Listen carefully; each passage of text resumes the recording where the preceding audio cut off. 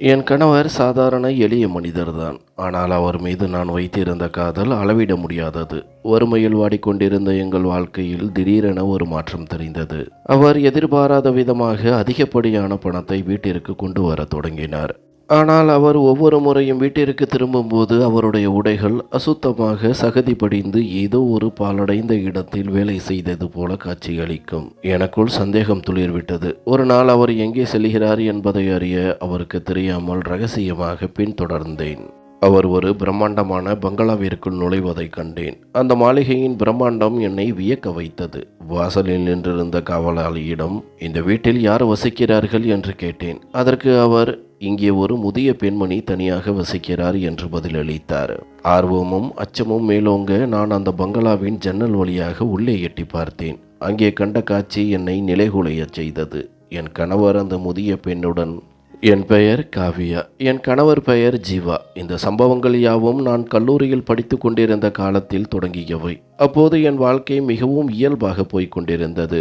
கல்லூரி முடிந்து வீடு திரும்பும்போது நான் வழக்கமாக செல்லும் அந்த பாதையில்தான் என் ரிக்ஷா கடந்து செல்லும். நாள்தோறும் நூற்றுக்கணக்கான மக்கள் நடமாடும் அந்த சாதாரண பாதையை நான் அதுவரை ஒரு பொருட்டாகவே கருதியதில்லை. ஒரு நாள் அந்த பாதைதான் என் வாழ்வின் திசையையே மாற்றப்போகும் திருப்பு முனையாக அமையும் என்று நான் கனவிலும் நினைக்கவில்லை. அன்றுதான் நான் முதலில் ஜீவாவை பார்த்தேன். என் கண்கள் அவர் மீது பட்ட அடுத்த நொடியே காலம் உறைந்து போனது போன்று ஒரு உணர்வு. என் இதய துடிப்பு வழக்கத்தை விடவும் அதிகமாகவே வேகம் எடுத்தது. என் வாழ்நாளில் இவ்வளவு வசீகரமான ஒரு ஆணை நான் பார்த்ததே இல்லை. அவர் உண்மையிலேயே பேரழகனாக இருந்தார். நிமிர்ந்த நன்னடை, நீண்ட உருவம், ஒரு பாடி பில்டரை போன்ற பலமான உடல்வாகு. ஆனால் உண்மையில் அவர் ஒரு உடற்பயிற்சியாளர் அல்ல, ஒரு கடின உழைப்பாளி, கூலி தொழிலாளி. ஒவ்வொரு நாளும் அவர் சிந்தும் வியர்வை அந்த உடலில் கட்டுக்கோப்பில் அப்பட்டமாக தெரிந்தது. அந்த உழைப்பு தான் அவருக்கு அந்த கம்பீரமான தோற்றத்தை தந்திருந்தது. அவருடைய கண்கள் பெரியவை, அதில் ஒரு காந்த சக்தி இருந்தது. பச்சை நிறம் கலந்த அந்த கண்களை போன்ற ஒன்றை நான் அதுவரை கண்டதில்லை. பால் போன்ற நிறம், தீர்க்கமான முகம், நெற்றியில் விழும் அடர்த்தியான நீண்ட தலைமுடி என அவர் ஒரு கலைப்படைப்பு போலவே இருந்தார். அவருடைய கரங்களில் இருந்த தழும்புகளும் நரம்புகளும் அவர் ஒரு உழைப்பாளி என்பதற்கு சாட்சியாக இருந்தன. அவரை பார்த்த அந்த தருணத்தில் என்னையே நான் மறந்தேன். என் இதயம் எனக்கு கட்டுப்பட மறுத்தது. என் ரிக்ஷா அவரை தாண்டி சென்றது கூட தெரியாமல் நான் சிலை என அமர்ந்திருந்தேன். முன்பின் தெரியாத அந்த அந்நியரை பார்த்தபோது பல ஜென்மங்களாக எனக்கு தெரிந்தவரை பார்ப்பது போல் ஒரு நெருக்கம் என்னுள் தோன்றியது. அந்த ஒரே ஒரு பார்வை என் உலகத்தையே மாற்றி போட்டது. அதன் பிறகு ஒவ்வொரு நாளும் நான் வேண்டுமென்றே அந்த பாதை வழியாகவே செல்லத் தொடங்கினேன். அவர் மீண்டும் என் கண்ணில் படுவாரா மாட்டாரா என்ற ஏக்கம் ஒருபுறம் இருந்தாலும், ஒரு மெல்லிய நம்பிக்கையோடு என் பயணம் தொடரும். பல நேரங்களில் அவர் அங்கேயே இருப்பார். சில சமயம் தூரத்தில் வேலை செய்து கொண்டிருப்பார். சில சமயம் ஏதோ ஒரு வேலையில் மும்முரமாக இருப்பார். அவரை தூரத்திலிருந்து பார்ப்பதே எனக்கு பேரானந்தத்தை தந்தது. ஆனால் அதே நேரத்தில் என் மனதின் ஒரு மூலையில் ஒரு கவலை நிழலாடும். இவ்வளவு அழகான ஒருவருக்கு நிச்சயம் ஒரு காதலி இருப்பாள் என்று என் உள்மனம் சொல்லும். இவரை போன்ற ஒரு முழுமையான ஆணை பிடிக்காத பெண் யாராவது இருப்பார்களா என்ன? இந்த எண்ணம் வரும்பொழுதெல்லாம் என் மனம் வாடிவிடும். இருந்தபோதிலும் அவரை பார்க்காமல் என்னால் ஒரு நிமிடம் கூட இருக்க முடியவில்லை.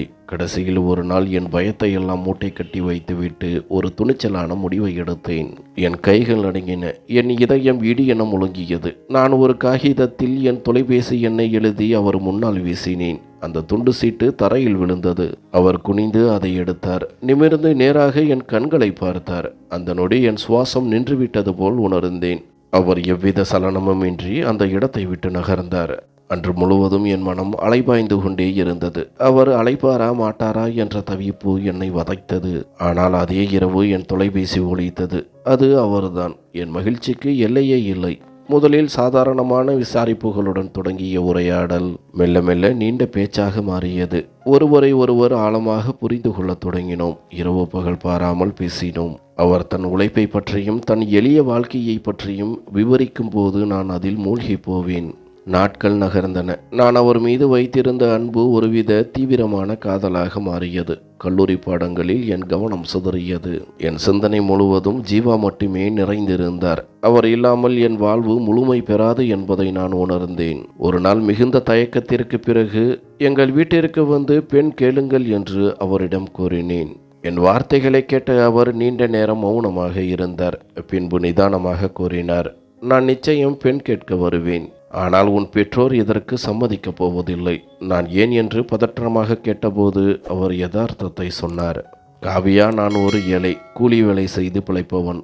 எனக்கென்று சொந்தமாக ஒரு வீடு கூட இல்லை. வாடகை வீட்டில்தான் இருக்கிறேன். என்னிடம் உன்னை வைத்து பராமரிக்க பணம் இல்லை. அவருடைய நேர்மை என் நெஞ்சை தொட்டது. அவர் மறைக்காமல் உண்மையை சொன்ன அந்த பண்பு எனக்கு பிடித்திருந்தது. ஆனாலும் எனக்கும் தெரியும், என் பெற்றோர் வசதி வாய்ப்புகளை பார்ப்பவர்கள்.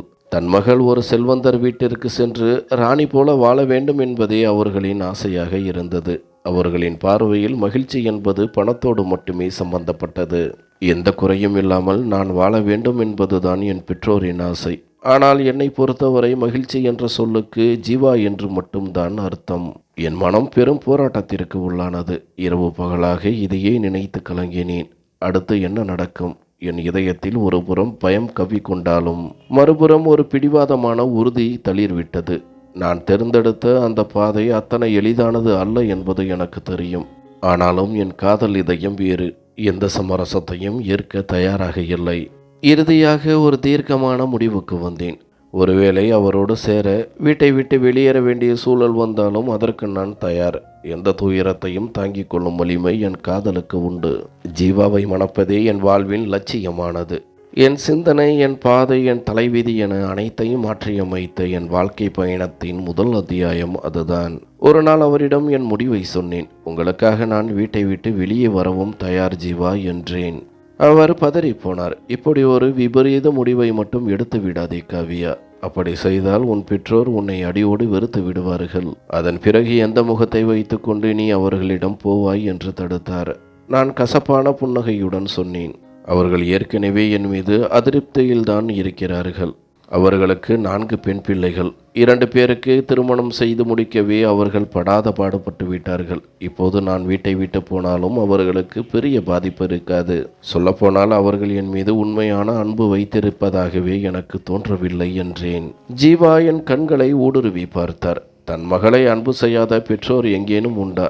எனக்காக அப்படி தவறாக எண்ணாதே. எனக்காக நீ வீட்டை விட்டு வராதே என்று கெஞ்சினார்.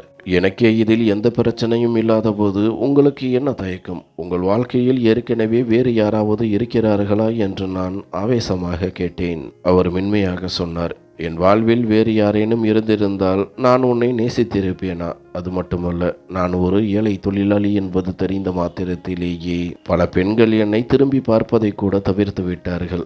ஆனால் நீ என் வறுமையையும் நிலைமையையும் முழுமையாக அறிந்த பிறகும் என்னை கைப்பிடிக்க நினைக்கின்றாய். இதற்காகவே நான் உன்னை உயிராக நேசிக்கிறேன். இருட்டில் தவிப்பவனுக்கு கண்கள் கிடைத்தாறு போல உன் காதல் எனக்கு கிடைத்திருக்கிறது. உன் அருகிலேயே இருக்க வேண்டும், உன்னை மகிழ்விக்க வேண்டும் என்பதுதான் என் ஆசை.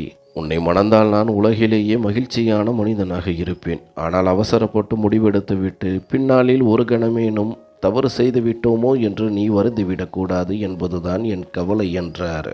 அப்படி ஒரு தருணம் என் வாழ்வில் வரவே வராது என்று நான் உறுதியளித்தேன். கடைசியாக ஒரு முறை என் பெற்றோரிடம் பேச முயன்றபோது அவர்கள் வீசிய வார்த்தைகள் நெருப்பாக என்னை சுட்டன. ஒரு ஏழையைத்தான் திருமணம் செய்து கொள்வாய் என்றால் உன்னை ஒரு கிணற்றில் தள்ளி விடுவது மேலானது. காதலால் வயிறு நிறையாது. வறுமை வாசலில் வந்து நின்றால் காதல் ஜன்னல் வழியாக வெளியே ஓடிவிடும். பசியால் வயிறு காயும் போது தெரியும் இந்த காதலின் லட்சணம் என்று என்னை பயமுறுத்தினார்கள். ஆனால் காதலில் திளைத்திருந்த என் அறிவுக்கு அந்த யதார்த்தங்கள் புரியவில்லை. ஜீவா இல்லாமல் என் மூச்சு இயங்காது என்பது மட்டுமே எனக்கு தெரிந்த சத்தியமாக இருந்தது. ஒரு நாள் யாரிடமும் சொல்லாமல் வீட்டை விட்டு வெளியேறினேன். அந்த வீட்டிலிருந்து ஒரு சிறிய துரும்பை கூட நான் எடுத்து வரவில்லை. என் மனதில் பொருளாசை எல்லளவும் இல்லை. ஒரு கடிதத்தை மட்டும் எழுதி வைத்தேன். நான் ஒருவரை நேசிக்கிறேன், அவருடன் தான் என் வாழ்வு என்று முடிவெடுத்து விட்டேன். என்னுடனான உறவை நீங்கள் தாராளமாக முறித்து கொள்ளலாம். இந்த வீட்டிலிருந்து விலை உயர்ந்த எதையும் நான் எடுத்து செல்லவில்லை. என் உடைகளையும் கல்வி சான்றிதழ்களையும் மட்டும்தான் எடுத்து செல்கிறேன். எனக்காக யாரும் தேடி வரப்போவதில்லை என்பது எனக்கு முன்பே தெரியும். குடும்பமானத்தை வாங்கிவிட்டால் என்று ஊரார் பேசும் வசவுகளுக்கு பயந்து அவர்கள் ஒதுங்கியே இருப்பார்கள். சில நாட்கள் கழித்து, நல்ல வேளை, ஒரு மகளுக்கு கல்யாணம் செய்ய வேண்டிய செலவு மிச்சமானது என்று அவர்கள் நிம்மதி பெருமூச்சு விடுவார்கள் என்பதும் எனக்கு தெரியும். அந்த சமயமும் என் நெஞ்சில் ஜீவா மட்டுமே நிறைந்திருந்தார்.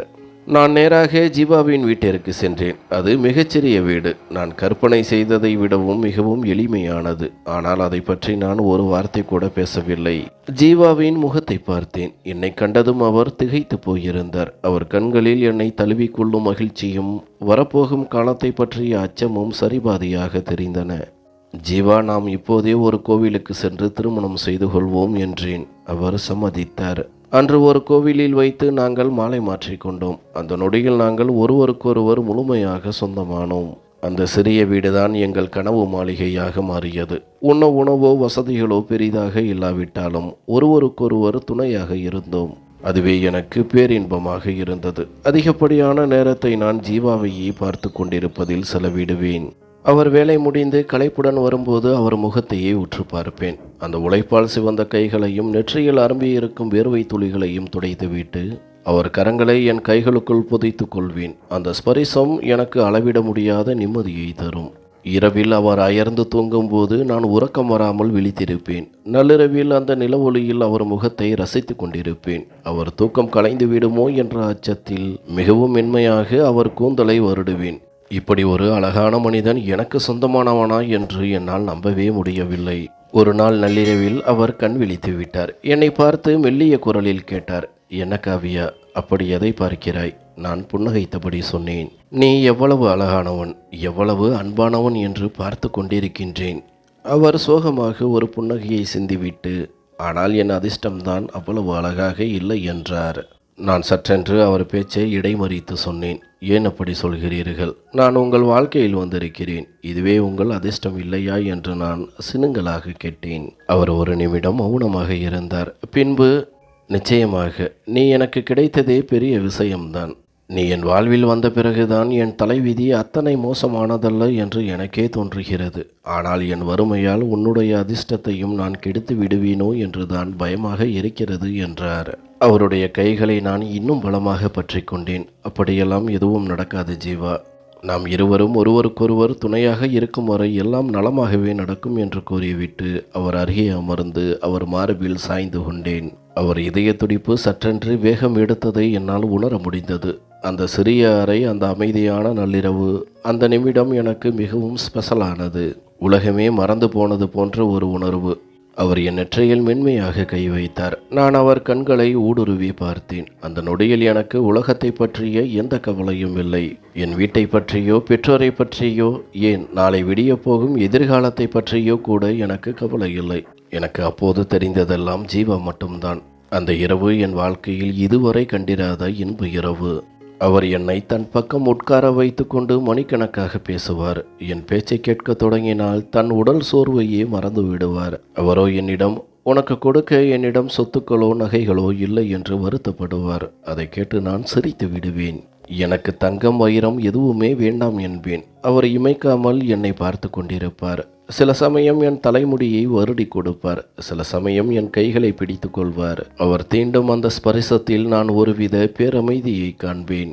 அந்த நாட்கள் மிகவும் எளிமையானவை, ஆனால் அதே சமயம் மிகவும் ஆழமானவை. அந்த சிறிய வீட்டில் அமைதியோடும் அளவற்ற அன்போடும் ஒருவருக்கொருவர் முழுமையாக ஏற்றுக்கொண்டிருந்தோம். ஒரு சினிமாவில் வரும் நாயகன் நாயகி போலத்தான் எங்கள் வாழ்க்கை இருந்தது. அந்த சிறிய அடுப்பில் நான் பருப்பும் ரொட்டியும் காய்கறிகளும் சமைப்பேன். அவர் கஷ்டப்பட்டு சம்பாதித்து வந்த சொற்ப பணத்தில் வாழ்க்கை ஓடும். வறுமொழியில் என்னை குசிப்படுத்த ஏதாவது ஒரு மரத்திலிருந்து சில பூக்களை பறித்து வருவார். நான் அதை தெய்வத்தின் பாதத்தில் சமர்ப்பித்து விட்டு எல்லாம் நல்லபடியாக நடக்க வேண்டும் என்று வேண்டிக் கொள்வேன். பொதுவாக திருமணமான ஆரம்ப காலத்தில் எல்லோரும் மகிழ்ச்சியாகத்தான் இருப்பார்கள். அது ஏழையாக இருந்தாலும் சரி, பணக்காரர்களாக இருந்தாலும் சரி. ஆரம்பத்தில் ஒருவருக்கு ஒருவர் தேவை என்பது மட்டுமே குறியாக இருக்கும். ஆனால் நாட்கள் செல்ல செல்ல யதார்த்தம் என்னை உழுக்க தொடங்கியது. கடைசியாக நான் எப்போது வயிறு நிறைய நல்ல உணவை சாப்பிட்டேன் என்பதே எனக்கு மறந்து போயிருந்தது. போதிய சத்தான உணவு இல்லாததால் என் உடல் எடை குறைய தொடங்கியது.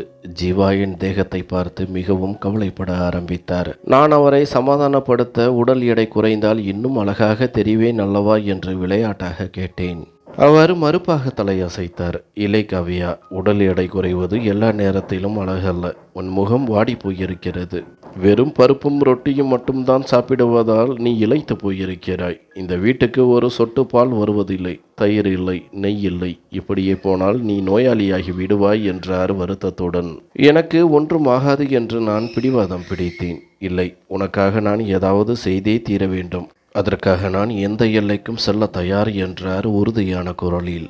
நான் பதறி போய், வேண்டாம் ஜீவா, பணத்திற்காக எதையாவது செய்யச் சொல்லி வற்புறுத்தும் மனைவி நான் கிடையாது. உங்களை நான் தவறான பாதைக்கு விட மாட்டேன் என்றேன். ஆனால் அவர் விடவில்லை. உன்னை என் ஆயுள் முழுவதும் இதே சிறிய ஓட்டை வீட்டில் வைத்திருக்க நான் விரும்பவில்லை. நீ உன் கனவுகளை எனக்காக தியாகம் செய்து விட்டாய் என்பதால் எனக்கென்று கனவுகள் இருக்கக்கூடாது என்று அர்த்தமல்ல. உன்னை ஒரு நல்ல வீட்டில் வாழ வைக்க வேண்டும். நமக்கு பிறக்கும் குழந்தைகள் நல்ல உணவும் நல்ல வசதிகளும் பெற்று வளர வேண்டும் என்று எனக்கு ஆசை இருக்கிறது. உனக்கு ஒரு பட்டு சேலை கூட வாங்கி தர என்னால் முடியவில்லையே என்று கலங்கினார். நானோ சிரித்தபடி, எனக்கு சேலை கட்டவே தெரியாது. அம்மா இன்னும் அதை சொல்லி தரவில்லை என்று பேச்சை மாற்ற முயன்றேன். அவர் என் பேச்சை கேட்டு ஏமாந்து விடவில்லை. நீ பேச்சை மாற்றாதே காவியா. வசதியான வீடு, நல்ல உணவு, நல்ல உடைகளை யாருக்குத்தான் பிடிக்காது என்றார். நானும் உண்மையை ஒத்துக்கொண்டேன்.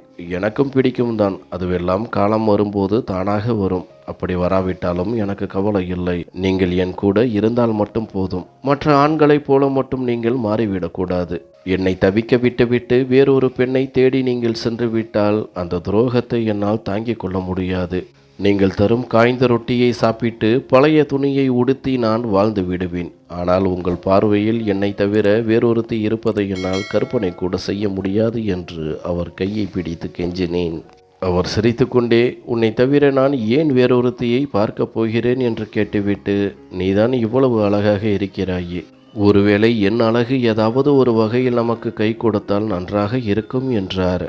நான் வேடிக்கையாக, ஏன் சினிமாவுக்கு போகப் போகிறீர்களா என்று கேட்டேன். இருவரும் சேர்ந்து சிரித்தோம்.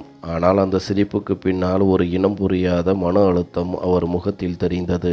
அவர் மனதிற்குள் ஏதோ ஒரு திட்டம் ஓடிக்கொண்டிருக்கிறது என்பது மட்டும் எனக்கு புரிந்தது. ஒரு நாள் அவர் திடீரென வந்து சொன்னார், காவியா, இனிமேல் நான் ஒரு இடத்தில் இரவு நேரங்களிலும் வேலை செய்ய போகிறேன். அங்கே இரவு பணிக்கும் ஆட்கள் தேவைப்படுகிறார்கள் என்றார். எனக்கு ஆச்சரியமாக இருந்தது. இரவு நேரத்தில் என்ன கூலி வேலை இருக்கப் போகிறது? பகலில்தானே கட்டிட வேலைகள் நடக்கும் என்று கேட்டேன். அவர் தயக்கமில்லாமல் சொன்னார், அது ஒரு பழைய கட்டிடம். அதை இடிக்கும் வேலை இரவு நேரத்தில் தான் நடக்கிறது. பழைய கட்டிடத்தை இடிக்கும் வேலை சீக்கிரம் முடிக்க வேண்டும் என்பதால் இரவு பகலாக வேலை நடக்கிறது. இடிக்கும் வேலைக்கு அதிக வெளிச்சம் தேவையில்லை. கற்களை உடைப்பது தானே வேலை என்று ஜீவா மிக சாதாரணமாக சொன்னார். அதற்காக இப்படியா உடலை வருத்திக் கொள்வீர்கள் என்று நான் ஆதங்கப்பட்டேன். உழைக்கத்தான் வேண்டும் காவியா, வேறு வழியில்லை என்று கூறிவிட்டு அவர் வேலைக்கு சென்றார். சில நாட்கள் உருண்டோடின. ஜீவாவிடம் ஒரு மாற்றத்தை நான் கவனிக்க தொடங்கினேன். முன்பை விட அவர் வீட்டிற்கு அதிகப்படியான பணத்தை கொண்டு வர ஆரம்பித்தார். ஆரம்பத்தில் அவர் கூடுதல் நேரம் வேலை செய்வதால் அந்த பணம் கிடைப்பதாகவே நான் நம்பினேன். ஆனால் நாளுக்கு நாள் அவர் கொண்டு வரும் தொகையின் அளவு அதிகரித்து கொண்டே போனது. என் மனதில் மெல்லிய சந்தேகம் துளிர்விட்டது. ஒரு நாள் பொறுக்க முடியாமல் அவரிடமே நேரடியாக கேட்டுவிட்டேன், ஜீவா, இவ்வளவு பணம் எங்கிருந்து வருகிறது? அவர் துளியும் பதற்றமில்லாமல், நான் தான் சொன்னேனே காவியா, ஓவர் டைம் வேலை செய்கிறேன் என்றார். அவருடைய குரலில் எந்த மாற்றமும் இல்லை. ஆனால் என் இதயம் அதை ஏற்க மறுத்து தவித்தது. என் முகத்தில் படர்ந்திருந்த அமைதியின்மையை கண்டவர், ஏன் ஒரு மாதிரியாக இருக்கிறாய் என்று கேட்டார். இவ்வளவு பணம் சம்பாதிக்க நீங்கள் எவ்வளவு கஷ்டப்படுவீர்கள் என்று தான் நினைக்கின்றேன். உங்கள் உடல்நிலை பாதிக்கப்பட்டு விடுமோ என்று பயமாக இருக்கிறது என்றேன். அவர் உதட்டில் ஒரு மெல்லிய புன்னகை அரும்பியது. அவர் முகத்தில் ஒரு விதமான புது பொலிவும் உற்சாகமும் தெரிந்தது.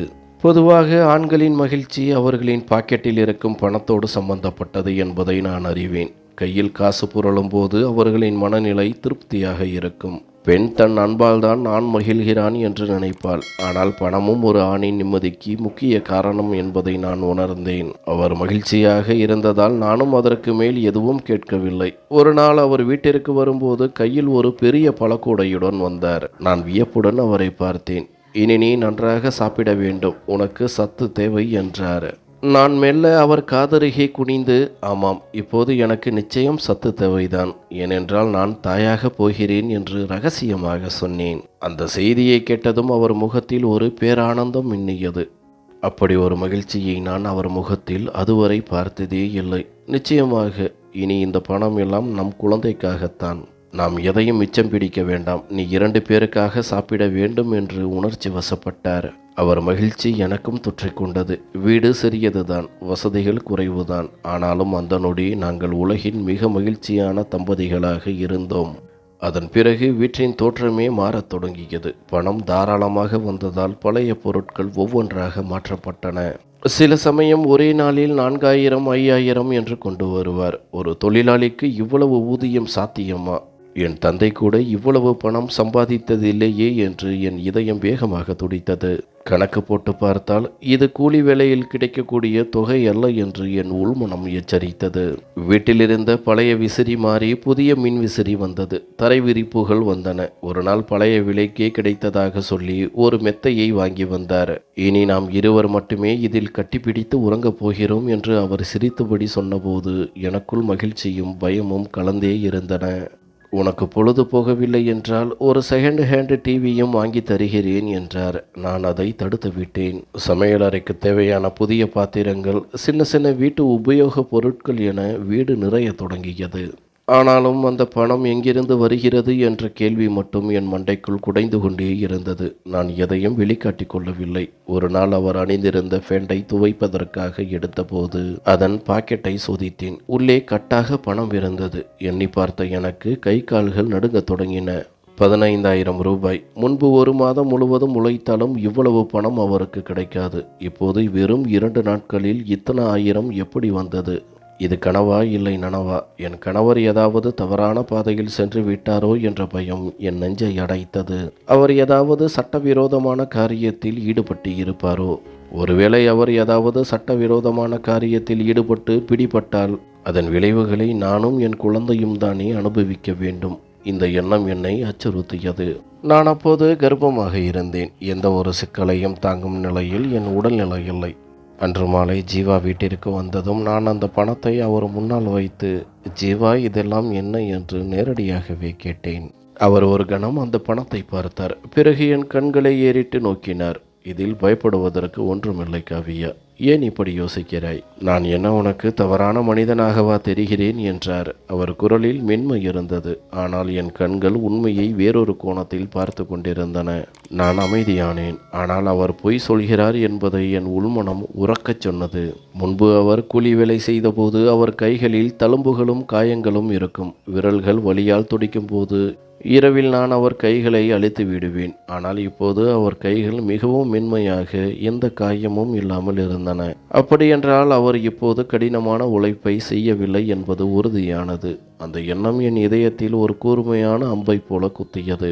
அன்று இரவு எனக்கு உறக்கம் வரவில்லை. அவர் அருகிலேயே படுத்திருந்தாலும் என் மனம் எங்கோ வெகு தூரத்தில் அலைபாய்ந்தது. அவர் நிம்மதியாக தூங்கிக் கொண்டிருந்தார். நானோ உள்ளுக்குள் உடைந்து போயிருந்தேன். குழந்தை பிறப்புக்கான செலவு பற்றி விசாரிக்க நாங்கள் இருவரும் மருத்துவமனைக்கு சென்றோம். அரசு மருத்துவமனையில் சாதாரண பிரசவம் என்றால் 10,000 ரூபாய் வரை ஆகும். ஆனால் தனியார் மருத்துவமனையில் 50,000 முதல் 60,000 ரூபாய் வரை செலவாகும் என்று மருத்துவர் கூறினார். திரும்பி வரும்போது நான் ஜீவாவிடம், நமக்கு ஏன் தனியார் மருத்துவமனை, அரசு மருத்துவமனையே போதும் என்றேன். ஆனால் அவரோ, அரசு மருத்துவமனையில் உன்னை சரியாக கவனித்து கொள்ள மாட்டார்கள். உன் நலனுக்காகத்தான் நான் செலவிடுகிறேன். நாம் தனியார் மருத்துவமனைக்கே செல்வோம் என்றார். ஆனால் 60,000 ரூபாய் என்பது சாதாரண தொகை அல்லவே ஜீவா. 10,000 எங்கே, 60,000 எங்கே என்று நான் பதறினேன். அவரோ என் கைகளை பற்றி கொண்டு, என் இதய அரசியே, என் உயிரே, நீ ஏன் இதற்கெல்லாம் கவலைப்படுகிறாய்? நான் இருக்கிறேன் அல்லவா என்றார் கொஞ்சலாக. அப்படி என்ன வேலை செய்கிறீர்கள் இவ்வளவு பணம் வருவதற்கு என்று கேட்டதற்கு, எல்லாம் என் உழைப்புதான் என்று சொல்லி மழுப்பிவிட்டார். அவர் இப்போது மிகவும் மகிழ்ச்சியாக காணப்பட்டார். ஒரு நாள் மீண்டும் அவர் சட்டை பையிலிருந்து 10,000 ரூபாய் கிடைத்தது. நான் அந்த பணத்தை அவரிடம் சொல்லாமல் எடுத்து மறைத்து வைத்தேன். அவர் கேட்டால் இந்த பணம் எங்கிருந்து வந்தது என்று கேட்டுவிட்டு தரலாம் என்று நினைத்தேன். ஆனால் விந்தை என்னவென்றால் அவர் அந்த பணத்தை பற்றி என்னிடம் கேட்கவே இல்லை. 10,000 ரூபாய் காணாமல் போனது பற்றி அவருக்கு எந்த கவலையும் இல்லை என்பது போல தெரிந்தது.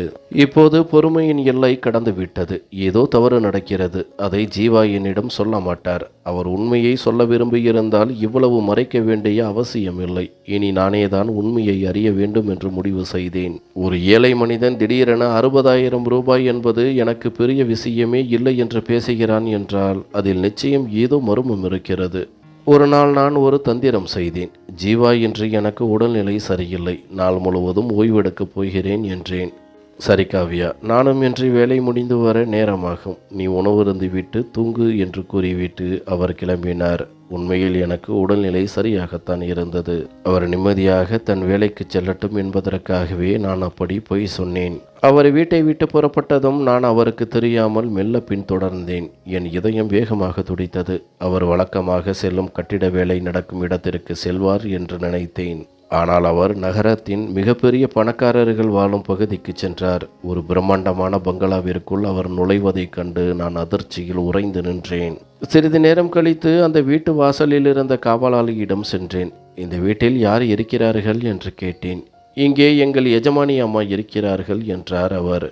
அவர்கள் எப்படிப்பட்டவர்கள் என்று கேட்டதற்கு அவர்களுக்கு வயதாகிவிட்டது, இப்போது மிகவும் உடல்நிலை சரியில்லாமல் இருக்கிறார்கள் என்றார். என் மனதில் குழப்பமும் பயமும் ஒரு சேர கலந்தன.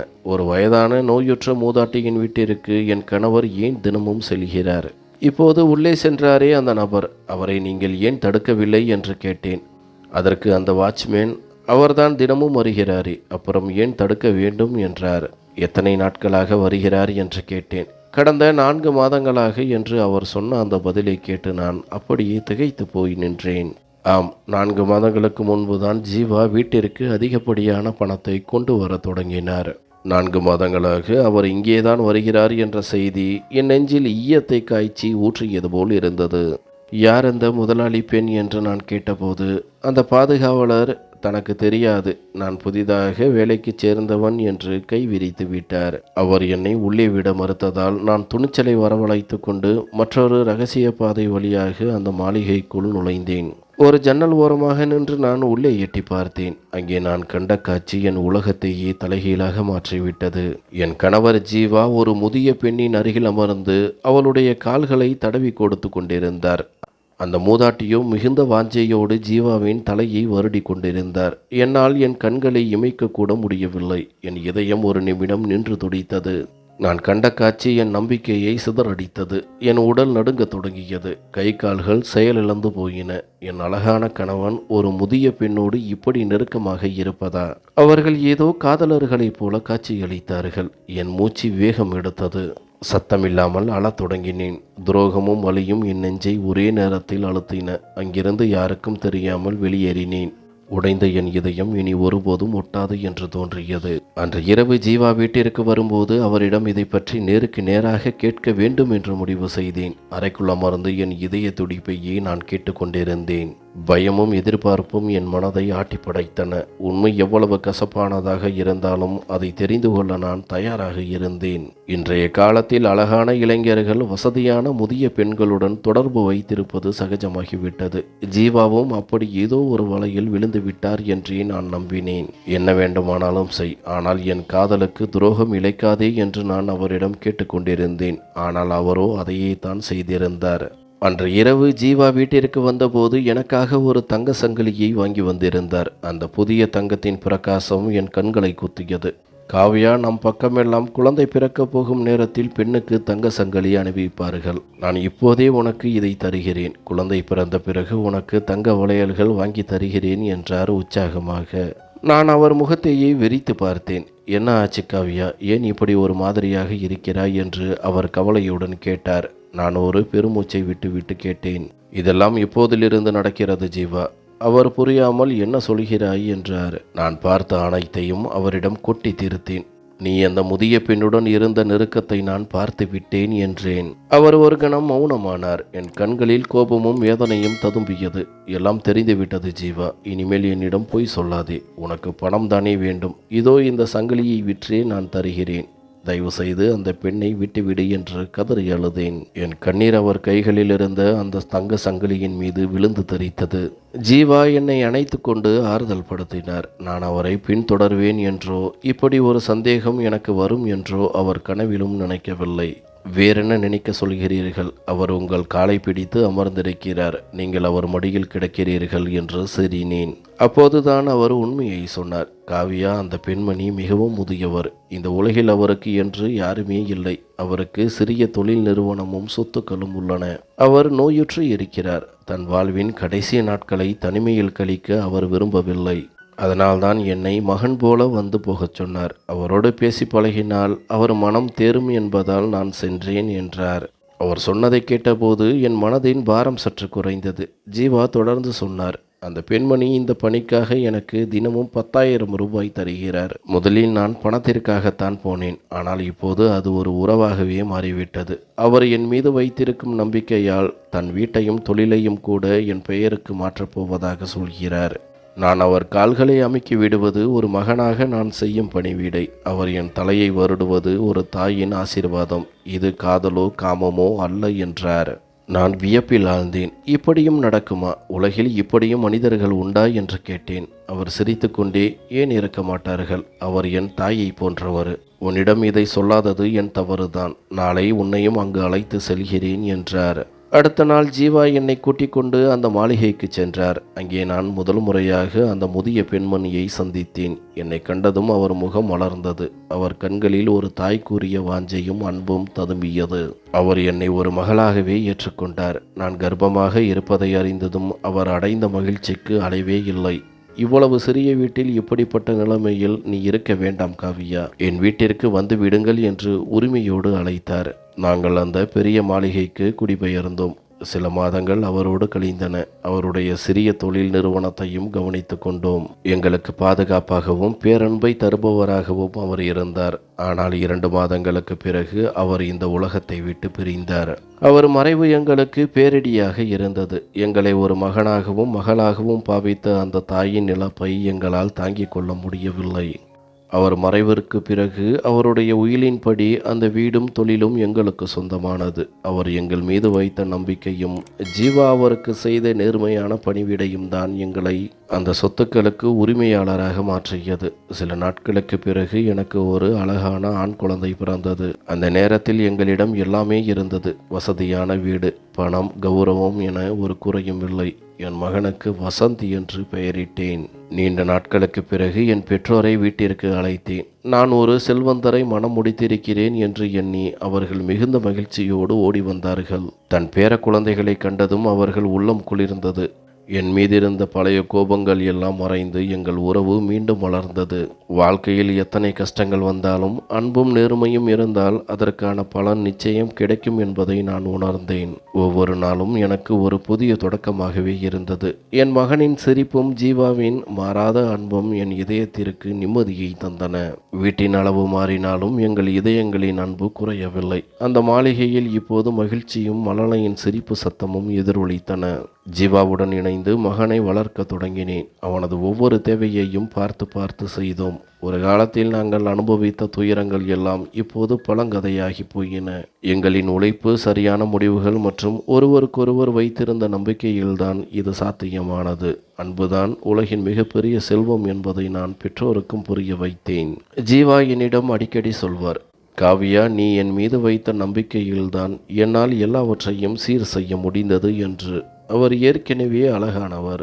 இப்போது வசதி வந்தவுடன் இன்னும் கம்பீரமாக தெரிந்தார். அவர் இப்போது பணக்காரர் மட்டுமல்ல, எனக்கு மட்டுமே சொந்தமானவர். விதியும் இறைவனும் எங்கள் கையை பிடித்து வழி நடத்தினார்கள். எங்களுக்கு வாழ்வளித்த அந்த முதிய பெண்மணியை நாங்கள் ஒருபோதும் மறந்ததில்லை. இன்றும் அவரது நினைவாக ஏழை எளியவர்களுக்கு உணவளித்து வருகிறோம். அவர்தானே எங்கள் வாழ்க்கையை இருளிலிருந்து ஒளிக்கு மாற்றியவர்.